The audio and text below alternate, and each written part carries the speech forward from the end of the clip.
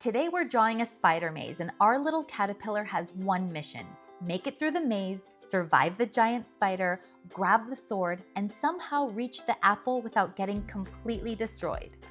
So we're starting with black because in Pixicade, black is what turns into walls and platforms. Basically, anything we draw in black is going to help build the maze. We're making the outside edges first because our caterpillar needs to feel like it's crawled into a place that it maybe shouldn't have entered. Now we're adding more black lines to start shaping the actual path. We don't want this maze to be too easy because if the caterpillar can just go straight to the apple, that's not a game, that's like a grocery trip. So we're adding turns, corners, and little blocked off spaces. These can become blocks or levers later when we bring this into Pixicade. Now we're going back to black because we need more walls. This is where the maze starts feeling a little more crowded, like the caterpillar is getting deeper into spider territory. We're adding a few more purple pieces here too, like levers and blocks, because we want this to feel like a puzzle. Some pieces might move, some might block the path. The caterpillar's probably thinking, okay, I can still get out, but this is getting worse. Now we're adding red, and red means hazard. So anything red is danger. This could be a sticky web, spider traps, or just a giant warning sign that says, don't touch this unless you enjoy losing. Now we're using green, and green is the avatar. So this is our caterpillar, our little hero of the story. We're making him small because he has to squeeze through all these maze paths, but honestly, he's still brave. Maybe too brave. Now we're adding even more black walls because the maze still needs a little more chaos. We're creating more turns so the caterpillar can't just rush through. It has to actually figure out where to go. These black lines are what make the maze feel like a real challenge instead of just a background drawing. Now we're adding more purple pieces. Since purple can move, these can become moving blocks or levers later. We're placing them in spots where they can make the maze feel more interesting because the caterpillar should not just be crawling around calmly. It should have to time things, dodge things, maybe wait for a block to move out of the way. Now we're adding another red spider because we have to make it just a little more difficult for the caterpillar to get through this maze. Every black line becomes part of the maze structure, so we're thinking about where the caterpillar can crawl, where it gets stopped, and where it has to find another way around. And now we need the villain.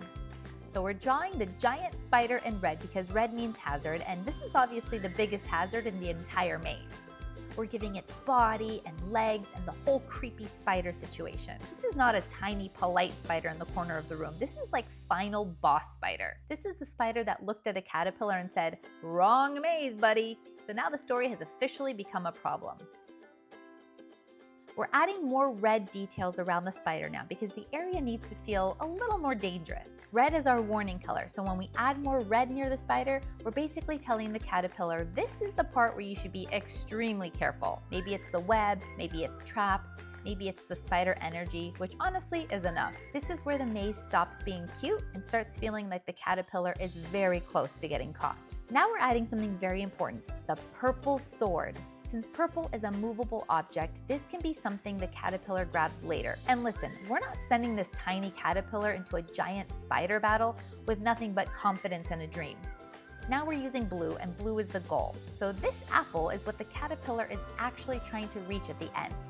After all this, the walls, the red hazards, the purple blocks, the levers, the sword, and the giant spider, this apple better be incredible. Like the best apple of his entire life. So now there's a little strategy. The caterpillar can't just panic crawl through the whole thing.